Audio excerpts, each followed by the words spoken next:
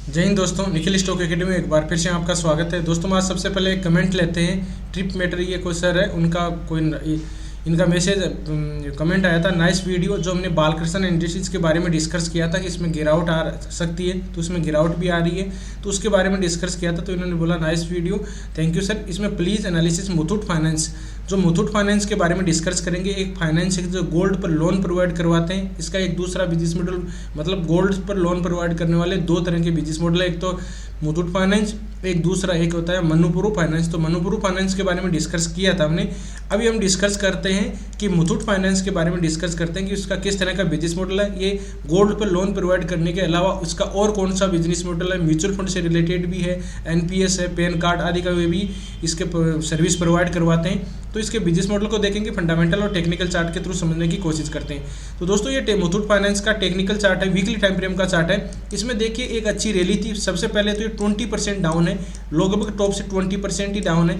एक up trend का stock है, हमने पहले एक बार इसमें डिस्कस किया था कि इसका ट्रेंड चेंज हो गया, अब इसका अप ट्रेंड का है। और अप ट्रेंड मैंने किस बेस पे दिया था आपको बताया। इसमें देखिए डाउन ट्रेंड का क्या सिग्नल होता है, lower top lower bottom pattern बनते हैं। यहाँ से देखिए ब्रेकआउट हुआ था, ब्रेकआउट के बाद में एक पुल बैक पैटर्न आया, यहाँ पर एंट्री बन चुकी थी और इसके बाद में एक धीरे धीरे। अब मेन बात आ रही है कि चल क्यों नहीं रहा है। ठीक है, ब्रेकआउट हो गया, लेकिन दोस्तों कभी भी आप देख सकते हो कि इस तरह से कोई स्टॉक चला भी गया नहीं, ये मान के चलो एक साइकोलॉजी टाइप का पॉइंट होता है कि कोई भी स्टॉक अगर इस तरह से ऊपर की तरफ 5-10% का मूवमेंट आ रहा है तो हमेशा ध्यान रखिए कि उसमें कुछ ना कुछ गड़बड़ हो सकता है, मैनिपुलेट हो सकता है, वो उसमें गिरावट भी आ सकती है। इस चीज़ का आप एक बार ध्यान रखिए।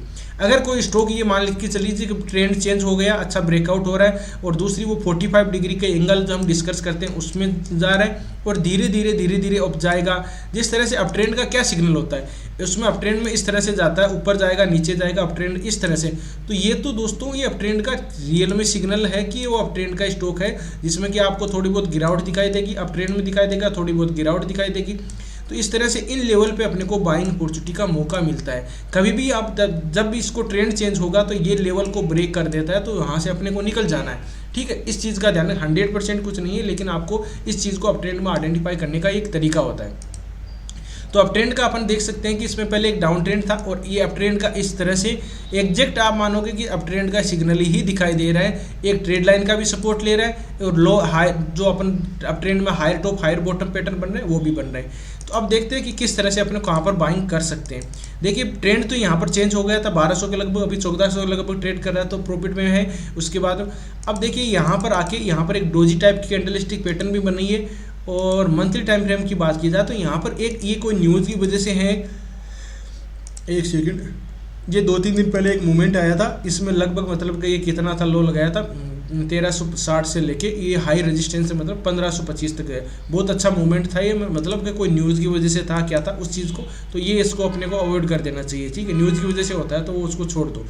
अब अभी प्रेजेंट टाइम की बात की जाए तो एक यहाँ से लोअर टॉप टाइप का हायर बॉटम पैटर्न बन रहा है यहाँ पर। ठीक है, तो इस लेवल से पहली बात तो ये नीचे नहीं जाना चाहिए। लेवल तो इम्पोर्टेंट ये लेवल है, कभी भी आपको मतलब कि इसमें थोड़ी बहुत नीचे की आप पोजीशन बना रखी हो तो इस लेवल से कभी भी नीचे नहीं जाना। 1225 20 25 30 वाले लेवल है, मतलब 1200 से तो नीचे 1200 लेवल मान लीजिए। ठीक है, 1200 से नीचे कभी भी ये जाना नहीं चाहिए, सस्टेन नहीं करनी चाहिए। पर जाके वापस आ जाता है वो अलग चीज़ है। जिस तरह से यहाँ जाके वापस आ गया तो वो कोई मानना थोड़ी जाएगा, तो वो न्यूज़ यूज़ की वजह से हो सकता है। लेकिन अभी प्रेजेंट टाइम की बात की जाए तो इस लेवल को 1200 से कभी भी नीचे की तरफ नहीं काटना चाहिए।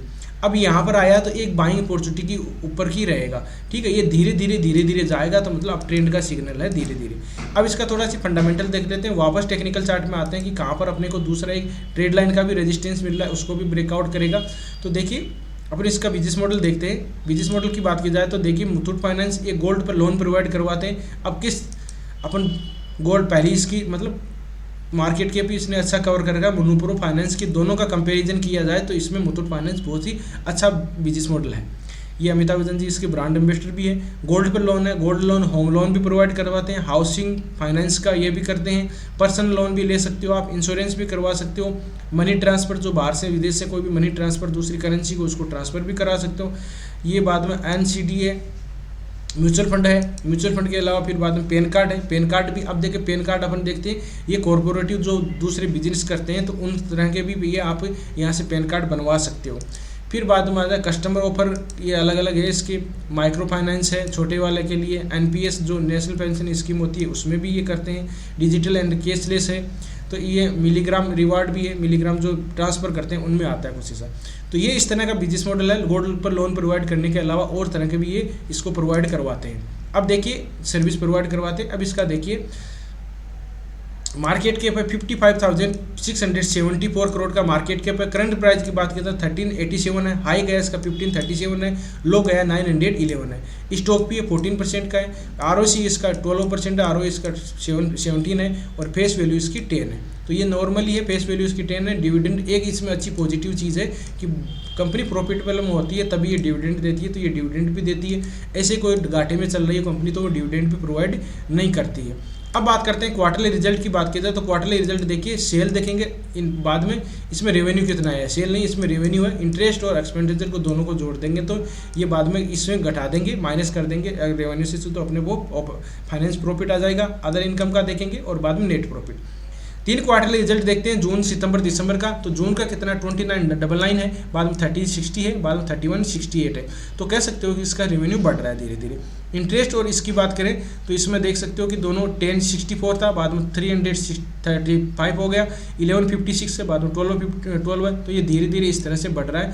तो नेट प्रॉफिट की बात करें तो फाइनेंस प्रॉफिट तो आया ही है। फाइनेंस प्रॉफिट में देखिए 1300 करोड़ का है, बाद में 1332 का है, बाद में 1390 है। तो आप देख सकते हो कि इसमें फाइनेंस प्रॉफिट में अच्छा प्रॉफिट हुआ है। अब इसमें एक थोड़ा सी लोचा कह सकते हो या जिस तरह से अदर इनकम का सोर्स है उसको भी अपने को देखना चाहिए। वो देखिए 14 करोड़ का था तो 8 करोड़ का ये इसमें थोड़ी सी डिक्लाइन आया। बस इसका कोई इन्वेस्टमेंट कर रखा होगा या किसी तरह से कर रखा हो, अदर इनकम सोर्स है इनका, तो वो इसमें थोड़ा सी डिक्लाइन आया। नेट प्रॉफिट की बात करोगे तो नेट प्रॉफिट में देखिए पहले इसमें 975 था, बाद में 991 है, बाद में 1027 है। तो देखिए धीरे धीरे बढ़ रहा है, अचानक नहीं बढ़ने वाला, लेकिन आपको रिटर्न एक पोर्टफोलियो वाला स्टॉक कह सकते हो। इसमें ईपीएस भी इसी तरह से बढ़ रहा है, तो ये काम ठीक ठाक है इसका। अब नेट एनपीए होता है वो भी इसका 3 पॉइंट लगभग इसमें ठीक है कोई। अब इसमें देखिए बैलेंस शीट की बात कर ले। बैलेंस शीट की बात करें तो इसमें देखिए इक्विटी कैपिटल कितना 401 है, बाद में रिजर्व इसके पास में 21,779 है और बोरिंग कर्जा मतलब कह सकते हो 55,322 है, जो लोन वोन दे रखे उसका है ये सिस्टम। और फिर बाद में बात कर लेते हैं शेयर होल्डिंग पैटर्न। प्रमोटर के पास में 73% है, एफआईज की 8% है, डीआईज की 14% है, पब्लिक इसमें 3% ही होल्डिंग है दोस्तों। और नंबर ऑफ शेयर होल्डर हैं 2,03,000 लोगों ने इसमें इन्वेस्ट कर रखे। तो इस तरह से आप देख सकते हो। बिजनेस मॉडल की बात की जाए तो बिजनेस मॉडल बहुत ही अच्छा है, एक मोनोपोली बिजनेस मॉडल है। फंडामेंटल इसके क्वार्टरली रिजल्ट धीरे धीरे इंप्रूवमेंट आ रहे हैं। तो इस तरह से धीरे धीरे स्टॉक भी धीरे धीरे जाएगा, कभी भी इस तरह से नहीं जाएगा 5 गुना 10 हो जाएगा, इस तरह से पॉसिबिलिटी इस स्टॉक में नहीं है, आपको ध्यान रखना चाहिए। केवल इसमें आपको इस तरह से देख सकते हो 20 से 25% रिटर्न मिल सकता है। पोर्टफोलियो वाला स्टॉक है, ज़्यादा इसमें आपको सोचने विचारने की जरूरत नहीं होती, लेकिन मेन चीज़ होती है कि बेस्ट बाइंग अपॉर्चुनिटी कहाँ करनी चाहिए। तो अभी इसमें जो पहले से इन्वेस्टर बने रह सकते हैं इसमें, लेकिन जो ये स्विंग हाई जो बन रखा है इस पे लेवल पर कहीं भी आता है, कोई यहाँ पर बाइंग टीआरसीबी मिलता है, यहाँ पर कोई बाइंग टीआरसीबी मिलता है, इस लेवल पर कोई बाइंग टीआरसीबी मिलता है, ये तो मिल चुके, लेकिन इस लेवल पर अभी बन रहा है, हैमर प्रॉपर नहीं बना है। मंथली टाइम फ्रेम में कोई भी बनता है तो वहाँ पर एक्यूमुलेट किया जा सकता है। और एक राउंडेड बॉटम टाइप का मंथली टाइम फ्रेम में आपको दिख रहा होगा, देख सकते हो कि राउंडेड बॉटम टाइप का पैटर्न बना हुआ है। तो एक बार इसका टारगेट रह सकते हैं 1600 नहीं टॉप लगाया तो 1700 तक ये जा सकता है। इस चीज़ का आने वाले समय में 5-6 महीने में भी कवर कर सकता है, 1700 तक ये टारगेट मिल सकते हैं। तो इस तरह से स्टॉक में रणनीति बना सकते हो। यहाँ पर एक सपोर्ट कौन सा उसका भी देख लेते हैं। देखिए सपोर्ट फिबोनाची रिट्रेसमेंट हम यूज़ में करते हैं, अच्छा टूल है। देखिए 61% के रिट्रेसमेंट पर सपोर्ट लिया, बाद में रेजिस्टेंस पहला इसको 50% पे मिला, 38% पर रेजिस्टेंस मिला था। प्रेजेंट टाइम की बात करो तो 23% पर रेजिस्टेंस मिल रहा है। तो ये इस तरह से फिबोनाची रिट्रेसमेंट हम सपोर्ट एंड रेजिस्टेंस जो भी ड्रॉ करते हैं उससे आप ड्रॉ कर सकते हो, उससे आपको पता चल जाएगा। तो ये इसका कंक्लूजन है। बाइंग अपॉर्चुनिटी कोई डिप में मिलता है तो इसमें बाइंग अपॉर्चुनिटी की जा सकती है। केवल इसमें अच्छा ज़्यादा आपको 5 गुना 10 गुना होने वाला नहीं है, इसमें 20 से 25% के रिटर्न मिल सकते हैं। तो इस तरह से आप इसमें अपनी रणनीति, अपने स्टॉक के बारे में, पोर्टफोलियो के बारे में डिस्कस कर सकते हो। और दोस्तों हर फ्राइडे सैटरडे संडे को मैं लाइव आता हूँ, जिससे कि हम डिस्कस करते हैं फ्राइडे सैटरडे को स्टॉक के बारे में, अलग अलग सेक्टर के सभी स्टॉक के बारे में, और संडे को किस तरह से चार्ट को अप्रोच देने की क्लास टाइप की होती है उसमें जुड़ सकते हो। वीडियो देखने के लिए बहुत बहुत धन्यवाद। मिलते हैं नेक्स्ट वीडियो में, तब तक के लिए दोस्तों बाय बाय। जय हिंद, जय भारत।